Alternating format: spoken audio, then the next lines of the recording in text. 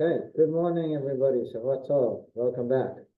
Good to be back. We've had an extended hiatus from our share. We are continuing, so we'll pick up where we left off in our official. At some point over the next few weeks, we will spend a bit of time discussing Yemim Noayim, Hashanah Yom Kippur, but I will let you know. But for now, we are continuing, concluding today, volume 17 of Tzurba Rabbanan. We have volume 18, the books are at the back of the shul. Not to worry. By the way, if anybody wants to purchase the books, which currently belong to the shul, and you're free to use them free of charge every week at the share. If you'd like to purchase, I think it's 60 shekels a volume. They can be bought from the shul. And as mentioned, as always, Tzurba Rabbanan is always looking for sponsors for the upcoming volumes, so that opportunity exists as well. Okay, let's get right into it. We are dealing with a very, very relevant practical topic that comes up in just about every kitchen, every Shabbos. And that is the question of bishul. We started off all those months ago, if you remember. We started discussing what bishul. We looked at some of the basics, some of the definitions in terms of what constitutes bishul, what kind of heat. When we're dealing with solid food, we're dealing with liquid food. We spoke about yad soledet food. We spoke about the different sources of heat in terms of fire, derivatives of fire, the sun. We spoke about microwave ovens. We spoke about using it with chemicals. Right? That's more or less what we covered until now. Of course, there are many details. Today, we're going to look at a very practical question, which is the question of what's called bishul achar bishul, cooking after cooking. Once a food is already cooked, can it be cooked again? Right? And this is very, very relevant because it applies to every time we want to heat food on Shabbos. This is the first question we're dealing with. Shabbat morning, you have your schnitzels, you have your whatever it is, you want to put it on the platter. The first question, and again, later on in the shiurim, we'll get to the details of how I can put food on the platter. In terms of reheating food, there are all sorts of dinim d'Rabbanan, which we have to look at. But we are very, very far away from them. First, we're looking at the fundamentals on a d'oraita level, and afterwards we'll get to a d'Rabbanan level. It's very, very important to distinguish between those two things. Sometimes people get confused. So the practical question, when I want to heat up food on Shabbat, question number one I have to ask myself is, am I cooking the food? There is a melacha from the Torah, bishul, or prayer, cooking, baking, etc. If I'm cooking the food, then it doesn't matter how far it is off the platter, how many, it doesn't look like cooking, but it is cooking, then that is an issur d'oraita, and there's nowhere to begin. Once I have gotten around the problem of d'oraita, and I know that I'm not cooking the food, because it's already been cooked, because it's fully cooked, whatever it is, so then I have to look at the question, okay, shehiyah, chazara, is this what I'm doing? Is this rabbinically permitted? Does this look like cooking? Is there a gzerah that I may come to adjust the heat, etc.? And therefore there may still be problems. So if we solve the problem that we're discussing today, we may still have further issues d'Rabbanan down the road, which we have to look at. But the other way around, meaning when I get to the question of d'Rabbanan, can I heat it up, can I put it on the platter, etc.? I only get to those questions once I've established that I'm not cooking the food. And that's what we're dealing with today. So that's essentially our question. If I cooked food already, I cooked my soup before Shabbat, I cooked my schnitzels before Shabbat, I cooked my chicken and roast potatoes, whatever it is. Everybody, I hope it's not making me too angry. That is the question is, once it's already been cooked and it has now cooled down, when I place that food on the fire, is that considered cooking again on Shabbat? That is our question. That is the idea of bishul achar bishul. So we're on page 314, towards the end of volume 17, page 314. And the question is, does bishul apply to cooked food? So the first source we have is a Mishnah in Masechet Shabbat, which says the following, source number 28. It says, Kol sheba b'chamin me'erev Shabbat, shorin oto b'chamin b'Shabbat. Any food that was placed in hot water before Shabbat, in other words, seemingly, the shot of the Mishnah seems to be any food that was cooked before Shabbat, right? Shorin oto b'chamin b'Shabbat. I can place it in hot water on Shabbat. It sounds like the Mishnah is telling us the answer is no. Ain't bishul achar bishul. Once the food is cooked, it's cooked. Again, on a d'Rabbanan level, does it look like cooking? Will I raise the heat, etc.? That's a separate question. We're not discussing that today.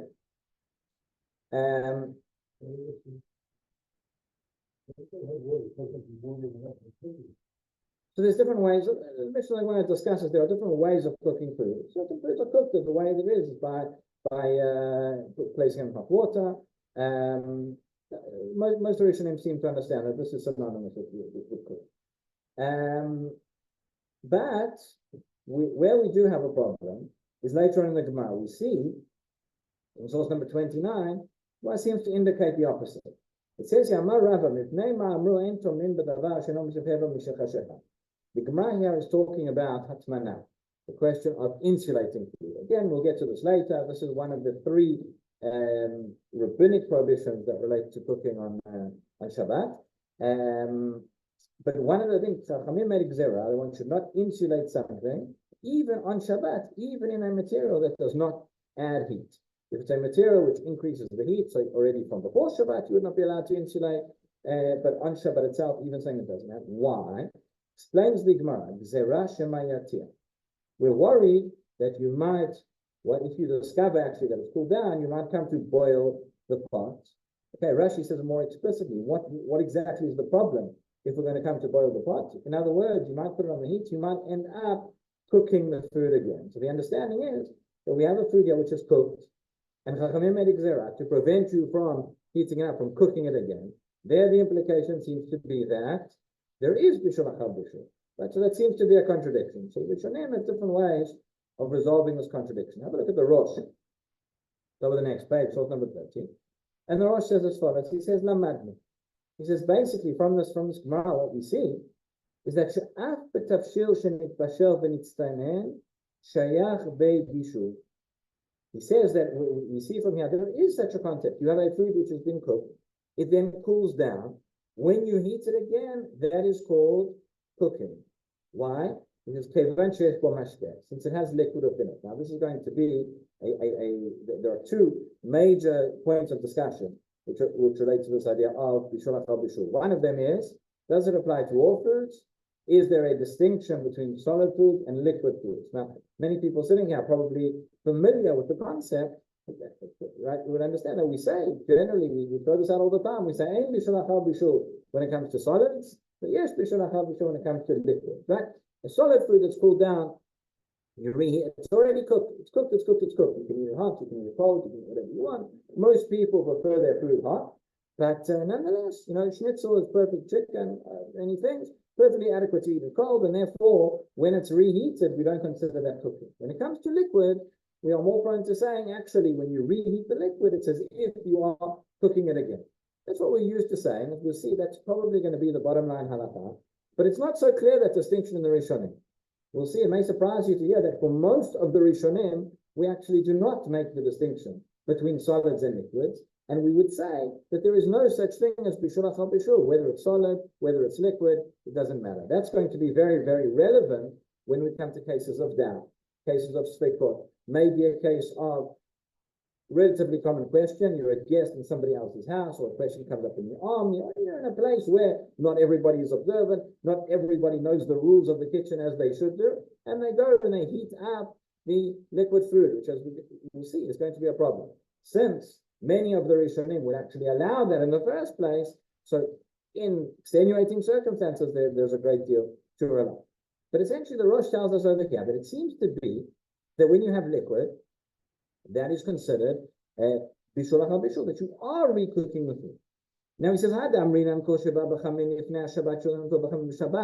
about the Mishnah that we started off with? The Mishnah said that if it's been cooked before Shabbat, you see, he doesn't distinguish between the fact that it was in the water, he assumes it means cooked.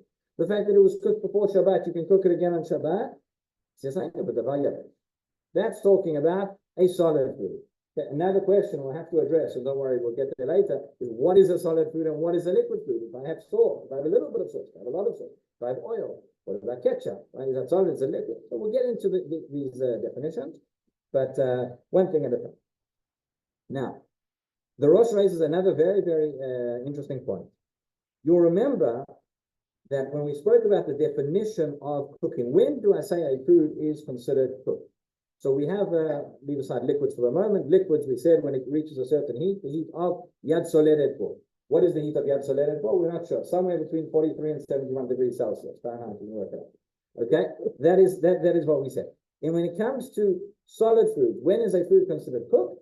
So we said that there's what's called Machal Ben Drosai. Ben Drosai was this bandit.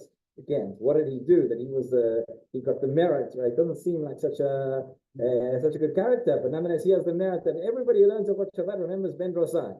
So Machal ben Rosai, he was a bandit, he was always on the run, and he made do with his food. It was half cooked or a third cooked, Rashi and Rambam. But it's what's called, the food can be eaten al yedei atcha. It's not fully cooked, but it's cooked enough that if you are in a big hurry, you can eat it. Okay, that is called Machal ben Rosai. So now the question is, when we talk about Bishul Achal Bishul, okay, so if we say, and what the Rosh has told us is that when you're dealing with a solid food, once it's cooked and it cools down, you reheat it, you're not cooking it. What if the food was not fully cooked, but it was cooked to the extent of Machal ben Rosai? And then, so you've half boiled your potatoes, I don't know what, before Shabbat. Okay, now on Shabbat, and they cool down, now Shabbat, you want to heat them up. So you're heating them up, you're actually adding to the cooking. Do we still say that? Okay, they were already cooked. Or do we say, no, for this extent, you're now cooking it again? So he says, Mistabra. עד שלא הגיע למאכל בן רוסאי, כל המקרב בשלו חייב, ואחר שהגיע למאכל בן רוסאי, אם יצטנן ותיכו חייב. He says the Rosh, yes, מאכל בן רוסאי, we said that if you just cooked it to the level of ben rosai on Shabbat, so that's considered cooking, correct. But if you then went on Shabbat and you went from ben rosai to fully cooked, that's also cooking. That would also be prohibited. So that would be the case where, according to the Rosh, there would be bishul achal bishul for a solid food as well, i.e., where it wasn't actually fully cooked in the first instance. Now, the Tur agrees with Tur, who is the son of the Rosh. So it's very interesting. He agrees with the Rosh on one point, and he disagrees with his father on the other. Source number 31. He says, "Afilu tafshil shenit bashel kvar, yesh bo mishum bishul im nistanen kvar,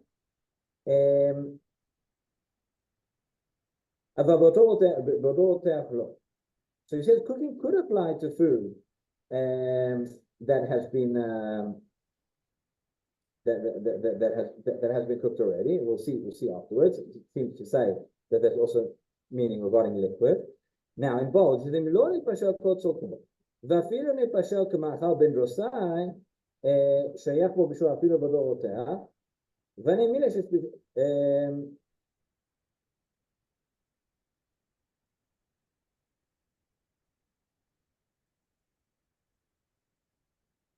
sorry, so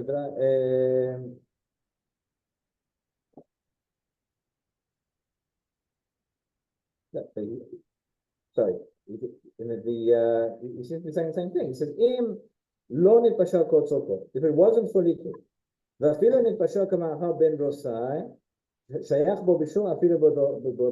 essentially, if it has only reached ben rosai, and you then cook it, it is still going to be, you still consider cooking it. So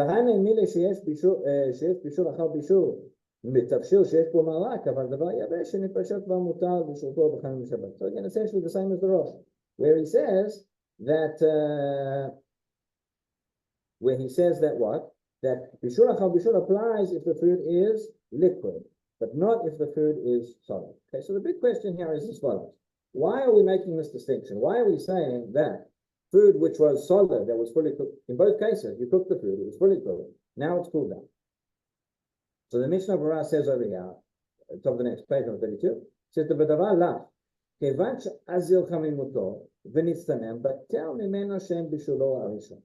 When it comes to a liquid food, when it's cooled down, essentially it's as if it's not cooked anymore. I mean, the difference in quality in the food, right? Schnitzel, you can eat cold.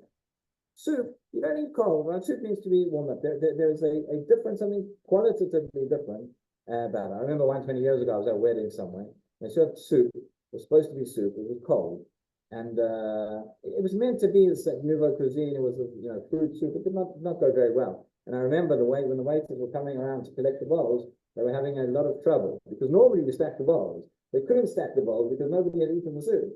And the waiter came around and he said, "You didn't like the soup very much." He said, "No." He said, "Don't worry, you're not the only one." But there was that, when soup, liquid foods that are cold, it's a different hefta. It seems to be like a different sort of food. The problem with that explanation is that you're making it very subjective.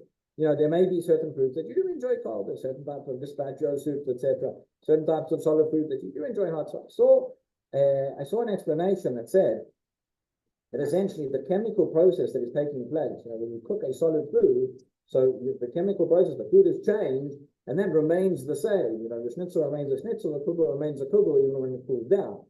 Take a cake, for example. Maybe that's not such a good example because it's baking as opposed to cooking, but in any event, you have different ingredients, different component parts, and when it's cooked, right, try and unbake the cake. It's very, very difficult, right? But when you have liquid, essentially what happens is that when it's heated up, the molecules come close together, and the movement between them, that goes back when the food cools down. So maybe the cooking, so to speak, has been undone.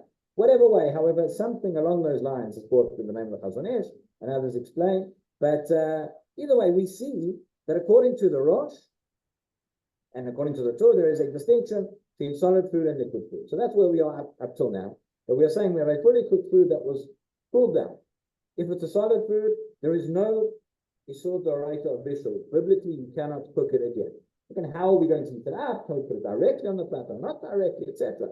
That's all Din D'Rabbanan. But we can rest assured that Din D'Oraita, we're okay. Comes to soup, comes to liquid foods, we have a problem. Because even if we're going to keep all the safeguards Rabbanan, now you're cooking, you're violating the biblical melacha.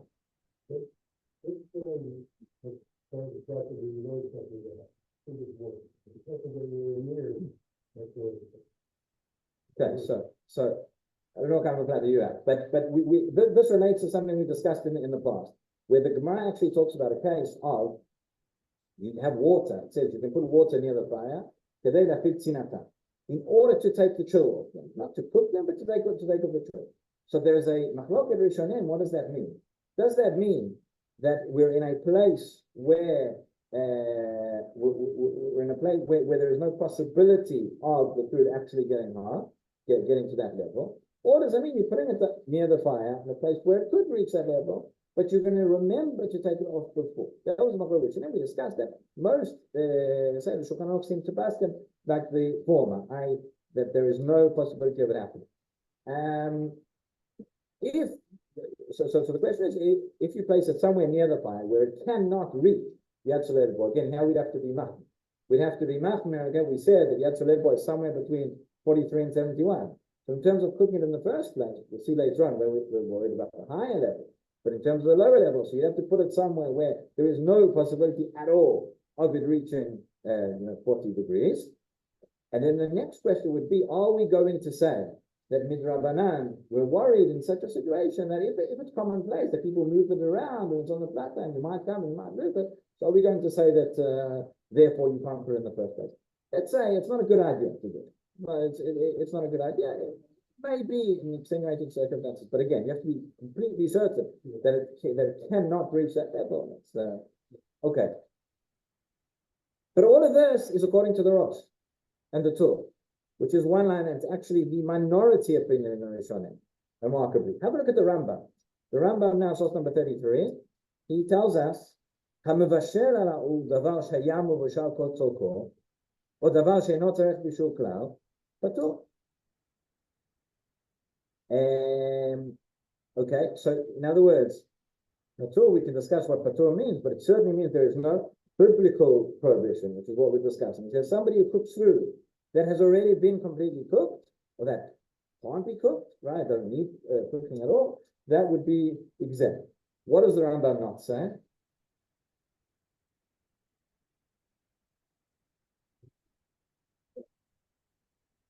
Okay, but in terms of what type of food is he talking about?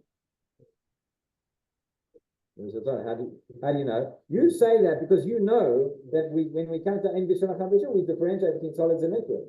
But the Rambam made no such distinction. He just says, what does that mean? It means food. It could be solid, it could be liquid, it could be whatever. Okay?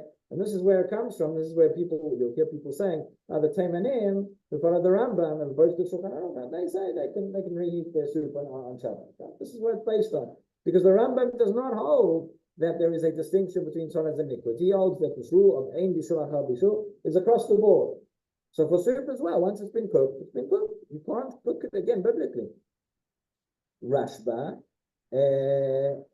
also does not differentiate necessarily. It says here on source number 34. Od yesh li lomar because the bashil kamachal ben rosa eleke mishum magis. The magis mishum bashil So the Rashba tells us something else. But again, you'll see many of the Rishonim, they do not make a distinction between solid and liquid. It's fascinating. It's so ingrained in our heads because we know it from the Rosh and the Torah. That's the way we basket. That's the Shulchan Aruch. If you go back to the Rishonim, you'll see many do not hold by this distinction. The Rashba is saying that once it's reached, not only do we not distinguish between solids and liquids, we also, once it's reached Machal Ben Rosai, that's enough that there's already no cooking. Okay, so it's important to know that such an opinion exists in the Rashba, because, like I say, we get into svekot, we get into doubts, we get into extenuating circumstances of various types. If there is such an opinion in the Rishonim that it's permitted, it's significant, even if we aren't going to Paskanah.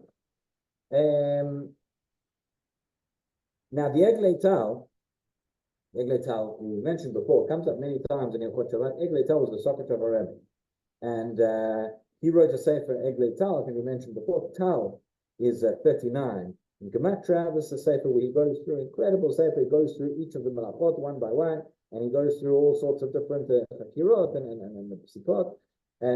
Very fundamental sefer when it comes to Hilchot Shabbat. So he says that this thing of the Rambam, he says there is an exception when it comes to water. Water is not included here. There is no in the side of bishul, because when it comes to water, the definition of cooking water is heating it up. There's nothing else, and that would be an exceptional case.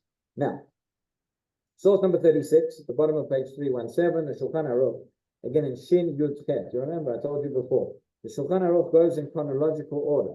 So when he goes to Hilchot Shabbat, he opens up with preparations from Erev Shabbat day. We get to Friday night. We get to eventually we get towards the end of Shabbat. So that's why the early simanim of the Shulchan Aruch, the Torah and the Shulchan Aruch in Hilchot Shabbat, to deal with heating things up and leaving food on the fire before Shabbat. Because when do I have the question of if I can leave food on the fire before Shabbat? Before Shabbat.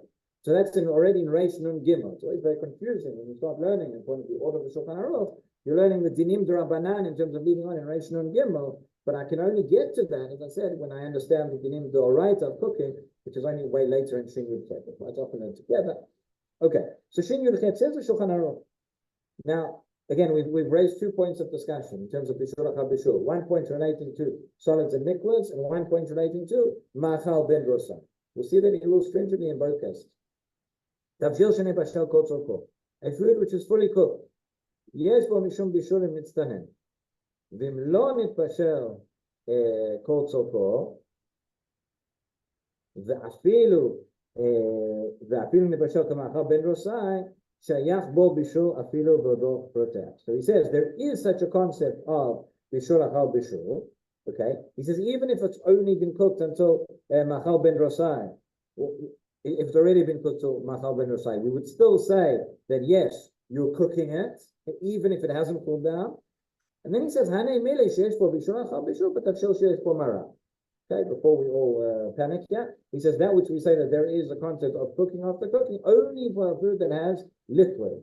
And a marak, we always translate a soup, but it means in this context liquid. Okay, so it's only, we need two conditions. We need a solid food, and it's been fully cooked, not just machal ben rosai, in order that I can cook it again, that I can heat it up on Shabbat. But if one of those conditions is missing, then the food is not. Then I say that we have a problem of cooking. So we don't paskin like the Rambam. We paskin like the Rosh. We say that I have a liquid food that is cooled down. I cannot reheat it. Now the question is, how much has it cooled down?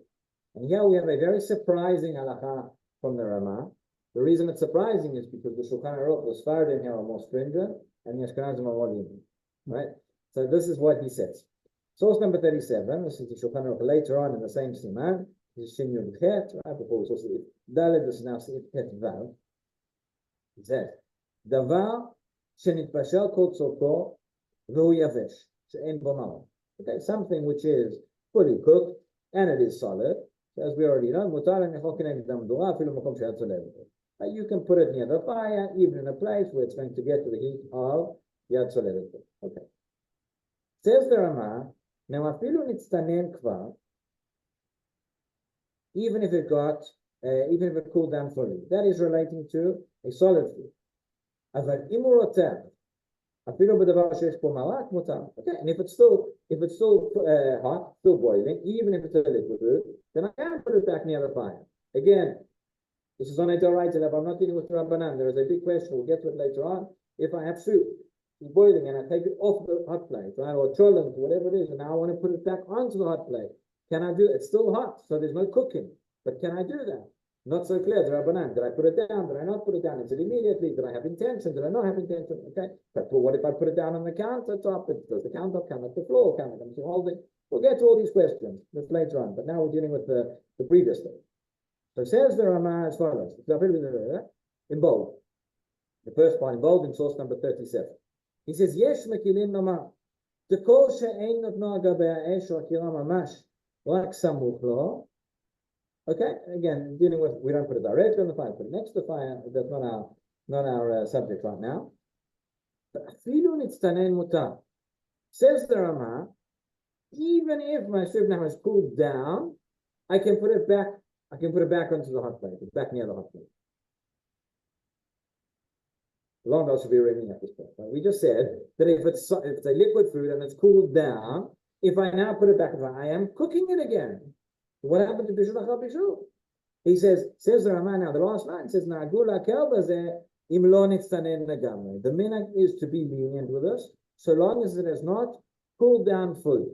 You know, what does cool down fully mean? And why am I saying that I can keep it? Again, the Shulchan Aruch did not say that, right? So according to the Shulchan Aruch, it seems to be that so long as, if the food, we said, what is the measurement? At what point do we say a liquid food has become cooked? When it reaches the heat of Yad Soledet. By the way, this is the point where we're stringent in the other direction. We said when we're going from 0, going upwards, so the moment we get to 40 degrees, we are stringent to say that's Yad Soledet, and we have to assume that it's cooked. Now, we've got the fruit of soup that is cooked, we take it off. Certainly, according to the Shulchan Aruch, if it goes below Yad Soledet, now I can't put it back on. So what's Yad Soledet? Well, at this point, I have to be Choshesh for 73 degrees. Right? So if it's below that, then certainly according to Shulchan Aruch, I cannot put it back onto the fire. But the Rama says, so long as it's still warm means it can be below Yad Soledet, but it just it's not cold. Okay, and the question is why? Why? That seems to contradict everything that we've been saying until now, unless you say that the Rama does not actually pass on the Bishul Achal Bishul, but that seems to be strong. So there are two primary understandings over here of what do we do with the Rama? How do we understand why is allowing us to put the soup back onto the fire or near the fire, even though it has gone below the degree of Yad Soledet, but it's still somewhat warm. So one interpretation is the Chazon Ish. Chazon Ish in source number 38 says, Vine, meikar adin en shum makom lachalek b'nitztanen legamre, ve'lo nitztanen legamre. Right? Where does this distinction come from? We've never heard of it before. It's completely cooled down or somewhat cooled down. We know Yad Soledet for. That is a distinction, but this is where does it come from? So he says, the kol she'en Yad Soledet bo, chashiv min adin kitzonen. So long as it's below Yad Soledet, that is considered cold. V'al kochach, שאנו תופסים לעיקר הדין כדעת הרמב"ם והרשב"א והר"ן שאין איסור לחמם את הצונן המבושל. Okay? This is a mapach from the Kabbalah. This is an earthquake. He says, actually, you have to explain the following way. It must be that the Rama holds not like the Rambam, not like the Rosh and the Tur and the other Rishonim who say that there is a distinction between solid and liquid foods. He holds like the Rambam and the Rashba and the Ran, and all of them don't make a distinction. All of them say there is no such thing as Bishul Achal Bishul. Once the food is cooked, it's cooked, and it's cooked. And you can do whatever you want to it, but you cannot cook it again because it's already cooked, whether it's solid or whether it's liquid. Amazing. And therefore, he says you have to say that there is actually no biblical prohibition here. Now in bold, but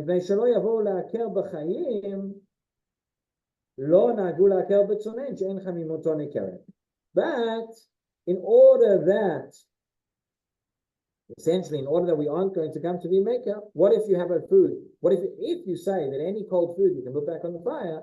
So people are going to get confused, and people are going to take a cold food that hasn't been cooked in the first place and put that on the fire. So in order to prevent that, we need to have some sort of a heker. It needs to be recognizable. And therefore, says the Chazon Ish, the Ramah here is being machmir. The Ramah is being machmir and to say that, okay, it needs to be a little bit warm. Once it's a little bit warm, so it's recognizable that it had been cooked in the first place. But really, according to him, there is no din of bishul achar bishul, according to the Ramah. According to the Chazon Ish, we have an extreme machloket between the Shulchan Aruch and the Ramah. Because what comes out of this is that according to the Svardim, there could be an Isur B'Shul Doraita, and according to the Ashkenazim, it's never an Isur B'Shul Doraita. Maybe it's Rabbanan. Okay. That is how the Chazon Ish explains.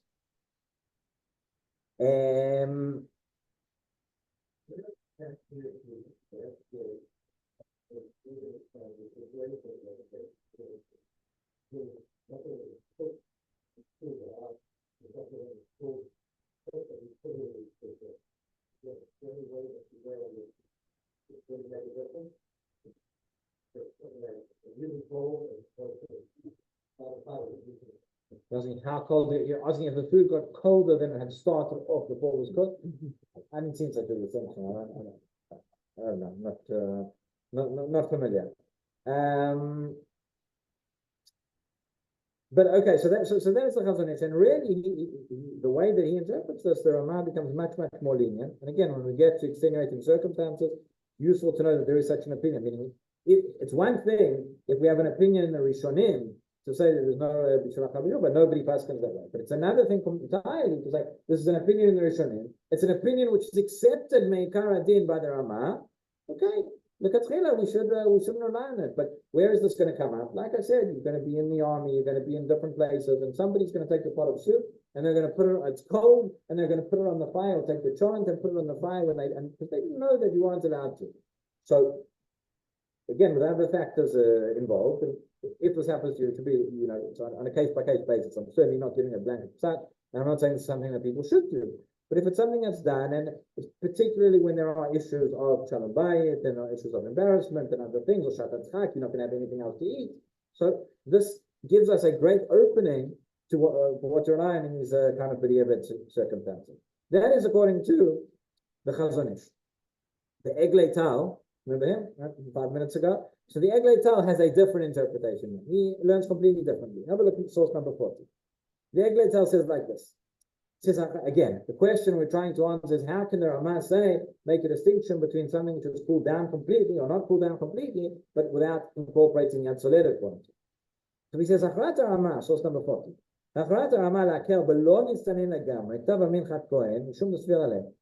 Da'ikar kedat haposkim, v'lo mchakim ben yavesh lalat. Okay, so that's what we saw in Minchat Kohen, not like the Chazon Ish, that essentially the Ramah is lenient here, that there is actually no intrinsic distinction.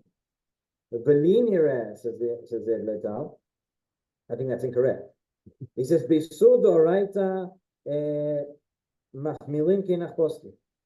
Uchshelo nistanen legamre, v'a'ui adayin קצת פני אדם לאכול מחמת חמימותו, ויצאנו מחשש איסור דאורייתא. He says when the food is not cooked completely, it's still hot enough. Because for some people, So we've avoided the concern of the biblical prohibition. Now he explains.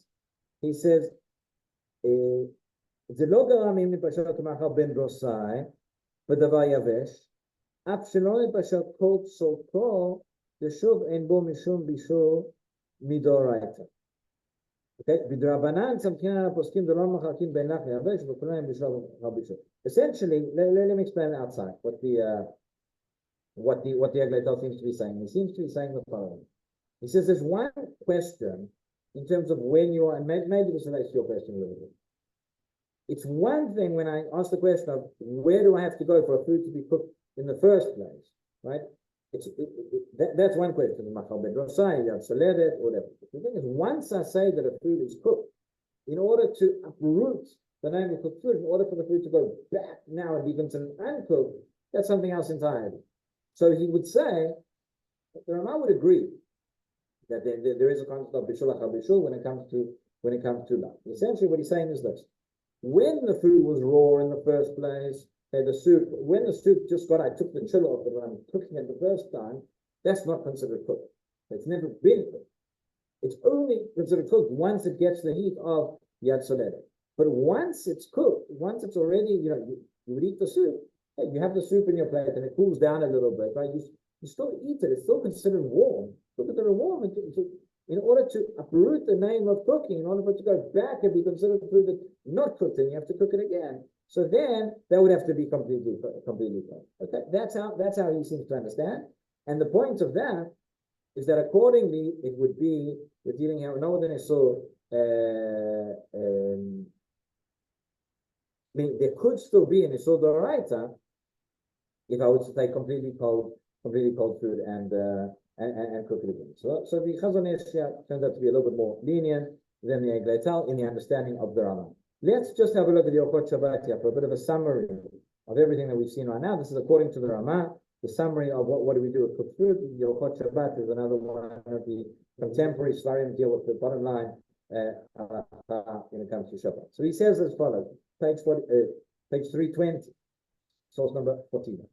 He says, Af machal shetbashel kvar, kashi'ur machal ben rosa. If I have a food, again, all this according to Ramah, not necessarily the Shulchan Aruch. If I have a food that has been cooked to the extent of machal ben rosa, not fully cooked, it's cooked enough. Kol shadayin non bashel legamrei asur losif bo bishul. Okay, this is what we said. Bishul achal bishul. I cannot now go and cook it further on Shabbat because I'm adding to its cooking. Aval ma'achal shenitbashel kol tzolko. Okay, when it comes to a food, however, that is fully cooked, so there's no more cooking, even if we're going to see later on this concept of even if adding it on the fire for longer, it's going to cook better, but it's considered fully cooked, that's okay. And therefore he says,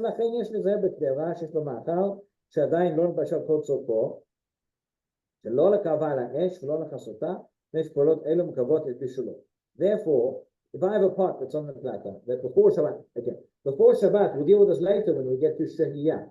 If I have a raw food in a pot, which I leave that on the hot plate before Shabbat, have I done anything on Shabbat?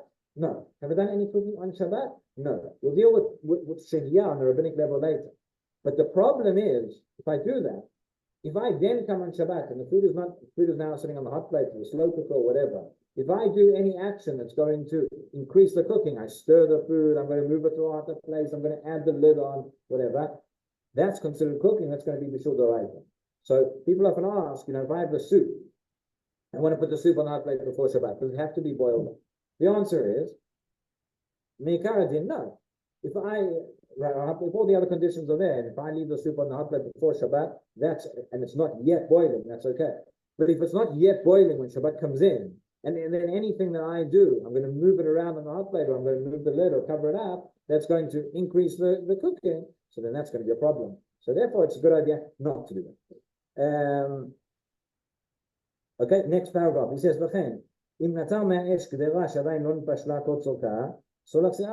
you have a pot that is not yet reached boiling point. You have a pot that is not, the food is not fully cooked. If I take it off, I certainly cannot put it back on because that is exactly Isur Bishul. Now, Aval, I've cooked it completely before Shabbat. So then, then on Shabbat I can add on a kava, or a karev, or put it to a hotter place, etc. And now we said what I just said,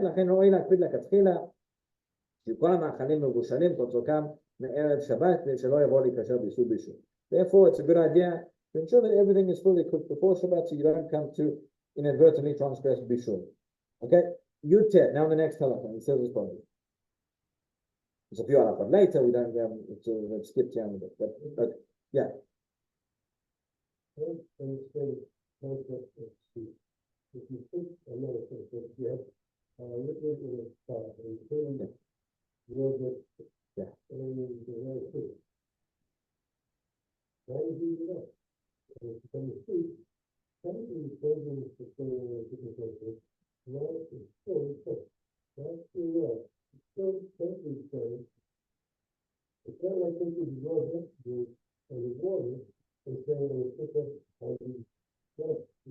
Right. So you're saying like the Rambam.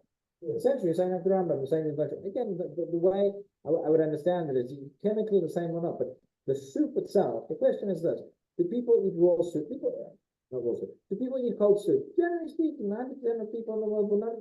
You look at the If I have a schnitzel that's cooked, right? I look at it outside, it's cooked. It's cooled down. Okay, it's cold schnitzel, but it's still cooked. When it comes to soup, how do you relate it? When it's hot, you say it's soup, it's cooked. When it's cold, you say it's cold soup. It's not that people don't view it in the same way. That would be, I think, the way to distinguish. But as you've seen, many other Rishonim, exactly perhaps for the reasons you said, do not make this distinction. But nonetheless, we say for my practical halakha, we accept the opinion of the Rosh and that we do distinguish. Now, Yoteri says, so he says like this: Machal yavesh shitbashel kotzoko en bo yisro b'shofir nimtanim. The dry food, as we've said, you cooked it, it's cooled down, it's still cooked. Hoil ve'en b'shoachal b'shol, there's no more cooking. Lachen mutar liten machal kazal gabei gdera ma'achal u'meichal ma'amdim alayim. That, so long as we deal with all the rabbinic problems, which we'll look at later, that is fine. You can put it back on the fire near the fire. After often shamachal atzmo nitbashel. Okay, now a different case, you're adding in spices, you're adding in chickpeas, all sorts of things, you're adding in components to the food which were not cooked, so then you're going to have a problem. Let's see the next page. 3, 2, 1. Now we get to Davar Laf. Okay, this is really the summary of everything that we've seen until now, so if anything's still confusing at this point, hold tight, let's see the summary. Davar lach, something liquid, sheet bashel, v'itstaneh. It has been cooked, right, and it's now cooled down. He says, yesh la'avchin ben shnei matzavim. According to the Ramah, we have to distinguish between the following two situations. Situation number 1. Im hitztaneh legamre, asur lachamamo shenit mechmat yisur bishur. If it's completely cooled down, you cannot heat it up again. Okay? Liquid. But now, if it is not completely cooled down, however, it is gone below Yad Soleret, nonetheless, you can still heat it. That's where we say when it comes to lach. Right, that is according to Ramah. As we said, that is not according to the Shulchan Aruch. It was a little bit more stringent over there. Now, we saw that according to the Rambam, none of this comes into it. We just said there's no bishul achal bishul when it comes to anything, and therefore Temanim, who follow the view of the Rambam, would be permitted to reheat those liquids. The question now becomes: if I, as an Ashkenazi, or somebody as a Sephardi, is a guest in the home of a Temani, and their practice is to reheat liquids, but our practice is not to reheat liquids. Am I allowed to eat from them? Or there's a more interesting question: can whatever happened, the platter went off, I forgot to heat up the soup, I don't know, and I know my neighbors at Teimanim. Can I ask him to come in and be my? I'm not going to say a word, but to come in and heat up the soup for me. But in terms of that question, most Muslims will say no, that is not permitted. But if they're doing it for themselves and that's their practice, if they're following the halakha, they haven't done anything wrong. Source number 42, have a look at Pnei halakha of Benamid. He says, "Mimnei olei Teiman, yeshnam rabim shenogim kedat Rambam, ulefi zeh, im bishlu marak be'erev Shabbat, v'nichuhu b'mkarer." So they cooked marak before Shabbat, so they put it in the fridge. Mutar b'Shabbat l'otziyo me'mkarer l'nechol makom she'ochal l'tchamen al shirpah. And then they're allowed to, and then that would be fine to guess that. So see the next page. To apologize at this point for those people that are on the Zoom. We're having some technical difficulties. So for you, it's just going to be Shabbat there, unless you have the book in front of you. So it says, "Kasher mi shenoek b'shulchan aruch or Ramah mitarech etzel Teimani shenoek karamba." Somebody who follows the psakim of the Shulchan Aruch or the Ramah and is a guest, and somebody who follows the ruling of the Rambam on this case, it's permitted to eat from the soup. Since he did everything correctly, everybody else is allowed to eat from that. I'll mention here as well, there is a very interesting thing brought by the Pri Megadim. When it comes to Maaseh Shabbat, generally speaking, we say if somebody has violated the halakha, they performed the halakha on Shabbat. Depends if it's b'meizik, b'shogeg, they did it for themselves, they did it for others, but we generally say there's a knas and one would not be able to benefit from that forbidden melacha. There was a very interesting discussion that's been going on during the war, right? All sorts of videos that come out from the war, sometimes we have hostage releases and things like that, things which took place on Shabbat. And the question is, if I, as a Shomer Shabbat person, am I allowed to benefit? Am I allowed to watch the videos that were recorded on Shabbat? Not so simple, not so clear. Very interesting discussion over there. You may remember when a number of some weeks ago there was the operation where they managed to release 4 hostages and it was on Shabbat. So there were lots of things going around, and there were notes that people had written, to our neighbors from Shabbat. We want you to know what happened, and a lot of jokes that came out of that afterwards. To what extent should one rely on that, benefit from that? Can you ask somebody to tell you the news? Okay, there may be other issues to do with nefesh, but in any event.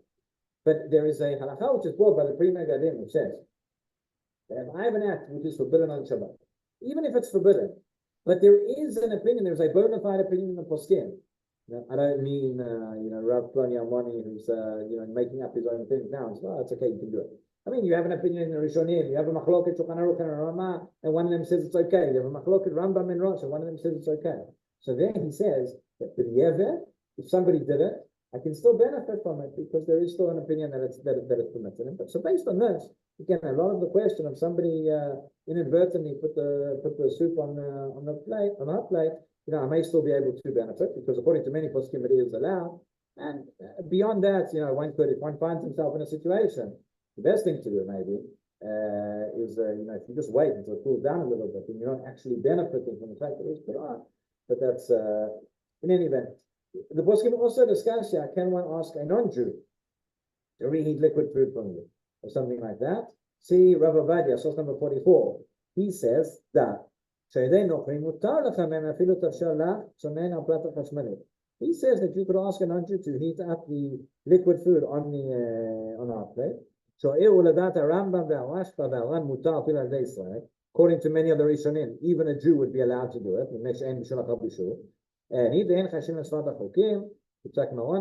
So we don't paskin like that. And again, he holds like the Shulchan Aruch, who's even more stringent than the Rama. Nonetheless, he says at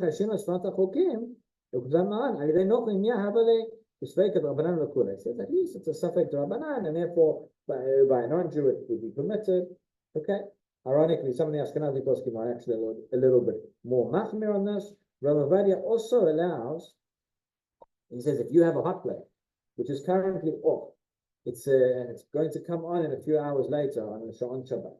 He says that you could take the cold liquid food and put it on the hot plate yourself, hot plate which is currently off, knowing that later it will come on and it will be heated up. He explains that that's in source number 45. Again, many of the Ashkenazi poskim are more stringent about that, and then many good reasons to be stringent. There also seems to be a concern that if we start allowing that, then we may come to get confused and to make other errors as well. And finally, it's mentioned over here. Again, all of this entire discussion that we've had today, this is all about on the Doraita level. Practically speaking, once I've dealt with this question, now I want to know, can I actually put the food on the hot plate or not? So that we'll discuss in a later stage because of the Dinim Rabbanan. Okay. Took a lot longer than I was expecting. We have 5 minutes left. I'll just very, very briefly talk about what is the definition of a liquid and a solid. Okay, and this often comes up where you have a mixture. You have a food that has sauce, right? You have chicken and sauce or whatever it may be. Do I look at it as a solid food? Do I look at it as a liquid food? Sometimes you have congealed fats and oils and things like that. So the answer is that this is based on, we have 2 girsahot of the Rabbeinu Yonah, one of the Rishonim, and in 2 girsahot he says something very, very different. In one place he seems to indicate, have a look at source number 46, this is the Rabbeinu Yonah that we have. He says, כתב רבנו יונה, וכל זה שמענו שמחזים דווקא שהגיע מבעוד יום למחר בנוסף, אבל לא הגיע להחזיר, okay? Just before the bowl, he says, אם יש בה רוטב. וכל דבר שיש בו רוטב, הוא מסמק להפה לו, והוא צונן, שצורה גבי כלל, ותמק הרבה מבשל גמור. So he seems to say here, that anything that has salt, anything that has liquid in the food, that's going to be a problem because you're cooking the liquid. So it seems, according to this version, seems to indicate that if there's any liquid at all in the food, I'm not allowed to put it back in the heat. Now the Beit Yosef, back in Siman Resh Nun Gimel, when he quotes the Rabbeinu Yerucham, listen to what he says. He says, Katav Rabbeinu Yerucham, B'Shem Rav Rabbeinu Yonah, the kol she'rubo rotev, u'mitzamek yafeh lo butzonen, haveh mivashel gamur. Is there any case where the majority is so? So that's very, very different. According to one version, it says anywhere where you have some sauce, that's considered liquid. Another one says, I look at the primary elements of the food. It's primarily solid, so it's solid, a little bit of liquid. So how do we pass it? So you probably had a man, you probably realized the answer is Machloket, right? So Shulchan Aruch Rav, it's source number 48. He's very stringent on this. He says Tafshil Yabesh Ein Bo Rotev Kalal Ein Bo Bishul. According to the Shulchan Aruch Rav, it has to be completely dry. That's it. So the Shulchan of Avram Chaim Naeh, a little bit more lenient than that. He says, "Mi omet Tafshil Lach Ktsat Ad She'en Bo Tofech Amanat Latpiach Efshar Lachluchit Kazeh Ein Bo Mamash Mutar B'Torech Yir." If there's a little bit of moisture, but it's not enough, it's going to make other things wet. So then that would be okay. And the truth is, we have many poskim who say that so long as you just have a little bit of liquid, that would not be a problem. Have a look, maybe just number 59, 39 Malachos. That's Rav Ribiak, the 4-volume, the gray books. You've seen that? He writes like this. He says the Vayavesh does not have to be totally dry in every sense. He says even a moist food may be classified as the Vayavesh, as long as there is no significant accumulation of gravy or other liquid. For example, a cold roast chicken is considered the Vayavesh, even though the surface of the chicken is often moist. Similarly, meats and meatballs, vegetables, we're not talking about meatballs and sauce, obviously. Vegetables, other cooked or roasted foods are all classified as the Vayavesh, even when moist. However, food is indeed classified as the Valach if it contains an accumulation of liquid. For example, meatballs and sauce, chicken and soup, meat and gravy, etc. All as a part of a davala. Right, Rabbi Yosef as well. He says, so long as the majority is solid, but then that would be okay. One other point which is not mentioned here, I'm not sure if we have it in a later volume, is sometimes when you have congealed things, right? So when you would heat it up, that would seem to be solid. But then there's another question which for Ashkenazim is a bit of a problem in terms of nolad, right? In terms of you have the congealed food, when I'm going to heat it up, it's going to create a sauce which wasn't here before. And basically, therefore, if you have it over, for example, you have sauce, you have it over rice, and it's not going to, the sauce is not going to be recognizable, and it's going to be absorbed into the rice, even when it's heated up. So that would seem to circumvent the problem of nolad. One final point as well, Rav Moshe Feinstein writes about, mentioned ketchup. Ketchup a solid or a liquid? What do you say? Liquid. Pause, right? So that's essentially what Rav Moshe says. He says that anything which, if you put it, if it does not have a vessel, it's, the shape of which is holding it together, if it's just, you put it on a plate and it's just going to sort of fall over and lose its shape, then that would be considered a liquid. And that's the way that he paskins. In terms of ketchup, it becomes a discussion. If I have a davar gush, right, we say that we'll get to that in the future shiurim, a boiling piece of hot meat or chicken or whatever on my plate, and that's a davar gush. According to some poskim, that would be considered like a kli rishon. So then, could I pour the liquid? Could I pour the ketchup on, even if the ketchup has been cooked? Like if I say it's liquid, then it's bishul achar bishul, and then that would be a problem for the ketchup onto that onto it. Okay, I have count for today. That concludes our study of volume 17. Next week, as I say, we'll do volume 18. The books are on the back. It will be enough for everybody, and I look forward to seeing you there. Have a wonderful day, everyone. A wonderful week.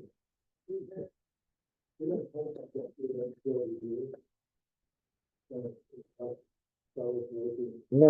Like I said, if what we say, if it's just a little bit of liquid, like a little bit of moisture, then that's okay. But otherwise.